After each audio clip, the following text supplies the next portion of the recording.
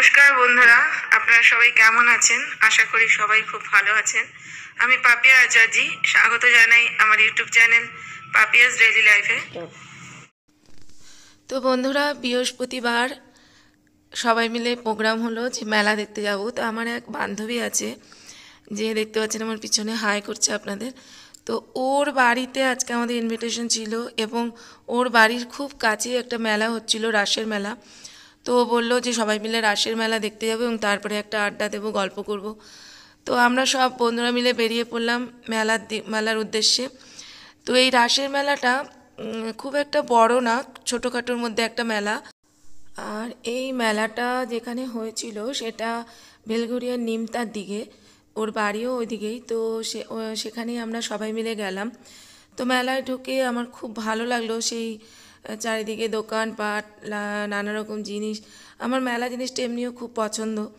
তো যাই হোক, আমরা মেলায় গিয়ে প্রথমেই আমরা গেছিলাম মন্দির দর্শন করতে, কারণ ওখানে একটি রাধাকৃষ্ণের মন্দির আছে, খুব সুন্দর। আমি কোনোদিন যাইনি, এই প্রথমেই ওখানে যাচ্ছি আমি মন্দিরে। তো মন্দিরটা শুনেছি খুব সুন্দর, রাধাকৃষ্ণের মূর্তি আছে এবং ওখানে নাকি সারা বছর কীর্তন হয়, গান বাজনা হয়, অনেক লোক যায়। তো আমরা সবাই মিলে ঠিক করলাম আগে মন্দিরে যাব, আগে ঠাকুর দর্শন করব, তারপরেই আমরা মেলায় ঘুরব। তো আমরা ভেবেছিলাম যে মেলা হয়তো শুরুর দিকে, তাই হয়তো সেরকমভাবে মেলাতে ভিড় হবে না। কিন্তু আমরা সেদিন যখন গেলাম দেখলাম মোটামুটি ভালোই ভিড় ছিল। তো ভিড়ের মধ্যে দিয়েই আমরা আগে চললাম মন্দিরে। এটা হলো মন্দিরের গেটটা খুব সুন্দরভাবে সাজানো হয়েছিল। আর আমার যে বান্ধবী, ও বলল যে এই গেটটা নাকি ওর ভাই সাজিয়েছে। তো যাই হোক, খুব সুন্দরভাবে গেটটা সাজানো ছিল। এবার আমরা মন্দিরে প্রবেশ করবো এবং প্রবেশের সময় আমরা দেখছিলাম যে মন্দিরে সমস্ত ভক্তদের ভোগ প্রসাদ দেওয়া হচ্ছিল। তো আমরা ভেতরে চলে গেলাম। এখানে খুব সুন্দর কীর্তন হচ্ছিল, একজন মহিলা খুব সুন্দর কীর্তন গান করছিলেন। আর এখানে যে ঠাকুর ছিলেন এত সুন্দর, মানে সত্যি চোখ জুড়িয়ে যায় ঠাকুরকে দেখলে।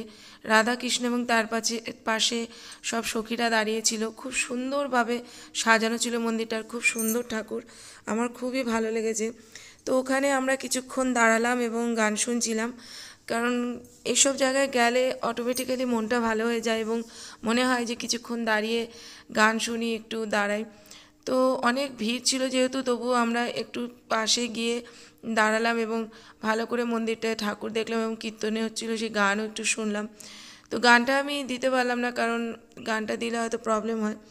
তো সেই কারণে গান আমরা শুনে আমরা ওখানে কিছুক্ষণ দাঁড়িয়ে তারপরে আমরা ওখান থেকে বেরিয়ে এসে মেলা দেখতে গেলাম। তো বন্ধুরা, আপনারা তো জানেন যে গান আমার প্রচণ্ড প্রিয় একটা জিনিস। যেখানেই আমি গান শুনি সেখানেই আমি দাঁড়িয়ে যাই, সেখানেই আমি থমকে যাই। গান আমাকে ভীষণভাবে টানে। আর এক সময় আমি নিজেও গান গাইতাম, আজ হয়তো সেরকমভাবে গাইতে পারি না, কিছুটা আমার গলার কারণে। তো যাই হোক, গান শোনার পরে আমরা মেলায় চলে এলাম এবং মেলায় অনেক রকম দোকান বসেছিল। মেলা দেখতে এইটাই ভালো লাগে, কোনো দিকে চুড়ির দোকান, কোনো দিকে ছবির দোকান, কোনো দিকে নানান জিনিসের দোকান, বাচ্চাদের খেলনার দোকান, মনে হয় যেন সব কিছু কিনে নিই। সেই ছোটোবেলার কথাও মনে পড়ে যায়। ছোটোবেলায় মেলায় যেতাম, নাগরদোলা চড়তাম। আর এই নাগরদোলা আমি বিয়ের আগে কয়েকবার চড়েছি, কিন্তু প্রচণ্ড পরিমাণে নাগরদোলা ভয় লাগে। তো আপনারা কে কে এই নাগরদোলা চড়েছেন আর আপনাদের কি ভয় লাগে না ভালো লাগে, সেটা আমাকে নিশ্চয়ই জানাবেন কমেন্টসে।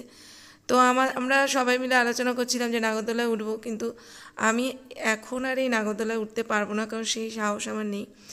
আর শুনছিলাম যে এই রাসের মেলাতেই নাকি একবার এই নাগরদোলা ছিঁড়ে পড়েছিল।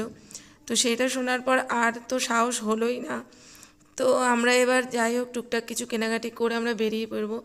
আমি এখান থেকে কিছু মালা কিনেছিলাম বন্ধুদের দেবো, আর আমার বান্ধবীরা কিছু ফটো ফ্রেম কিনেছিল, আমাকেও গিফট করলো। তারপরে আমরা চলে এলাম আমার বান্ধবীর বাড়িতে। এখানে এসে আমরা প্রচণ্ড হইচই করলাম, খাওয়া দাওয়া করলাম। তো সেই খাওয়া দাওয়ার ভিডিওটা আমি করিনি। তো এখানে আমরা প্রচণ্ড আনন্দ করেছি, রিলস বানিয়েছি, আনন্দ করেছি, মজা করেছি, গল্প করেছি। হ্যালো ফ্রেন্ড, দূরে কর না, মোবাইল নিয়ে নেবে।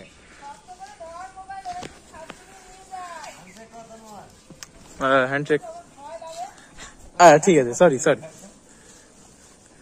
কামড়াবো তোর, কিছু আছে আমার দেওয়ার জন্য। আচ্ছা, আরেকটা জিনিস আপনাদের সঙ্গে শেয়ার করব বন্ধুরা। আমি যেদিন গেলাম তো আমাদের বাগানটা যেহেতু এখন পরিষ্কার করা হচ্ছে, নতুন নতুন গাছ লাগানো হচ্ছে, কারণ আপনারা তো জানেনই আমার বাগানে পিকনিকে ভাড়া দিই আমরা। তো এখানে কিছু অতিথি এসেছিলো সেদিন, এক পাল বানর এসেছিলো। তো এই দেখতে পাচ্ছেন বসে আছে, আর আমরা আপেল খেতে দিয়েছিলাম, আমার ছেলে আপেল খেতে দিয়েছিল। তো ওরা আপেল খেয়ে নানা রকম ফল খেয়ে খুব খুশি।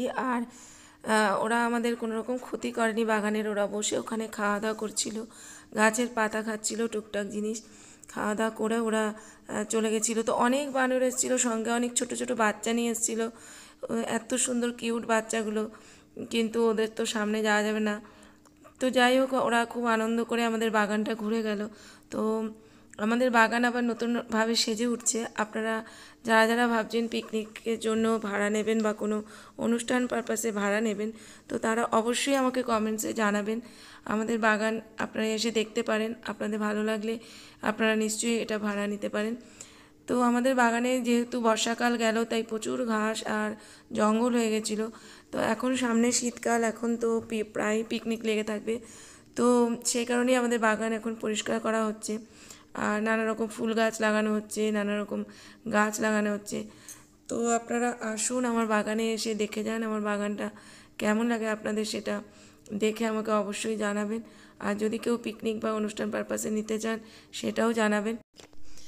আর আপনাদের কাছে আমি একটু ক্ষমা চেয়ে নিচ্ছি, কারণ আমার গলাটা অনেকটাই বসে রয়েছে, কারণ আপনারা তো জানেনই যে আমাদের বাড়িতে একটা পুজো ছিল।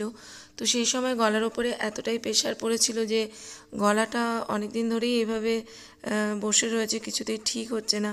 তারপরে ওয়েদার চেঞ্জ হচ্ছে, একটু ঠান্ডাও পড়ছে, তো সেই কারণে হয়তো গলাটা ঠিক হতে একটু সময় লাগছে। তো আমার কথাগুলো যদি শুনতে আপনাদের অসুবিধা হয়, একটু কষ্ট করে শুনে নেবেন। আর এই বাঁদরের বাচ্চাগুলোকে দেখুন, এত কিউট। আমার মনে হচ্ছে যেন একটা আমি ওদের রেখে দিই আমার কাছে, কিন্তু ওদের তো রাখা যাবে না, ওরা মা সঙ্গে এসছে।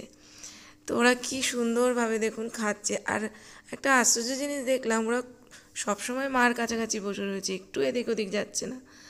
আর এদিকে কিন্তু আপনি যখন হাত দিতে যাবেন তখন কিন্তু আবার ধেয়ে আসছে, আপনাকে ধরতেও দেবে না। তো যাই হোক, সেদিন ওরা আমার বাড়িতে অনেক কিছু খেলো, আমার বাড়ির গাছের কামরাঙ্গা, গাজর, আমার ঘরে কলা ছিল, আপেল ছিল, পানি ফল ছিল, সেগুলোও খেলো। তো সব খেয়ে ওরা আনন্দে মজা করে বাড়ি গেল। তো বন্ধুরা, আমিও ভিডিওটি এখানে শেষ করছি। নমস্কার, টাটা, বাই বাই।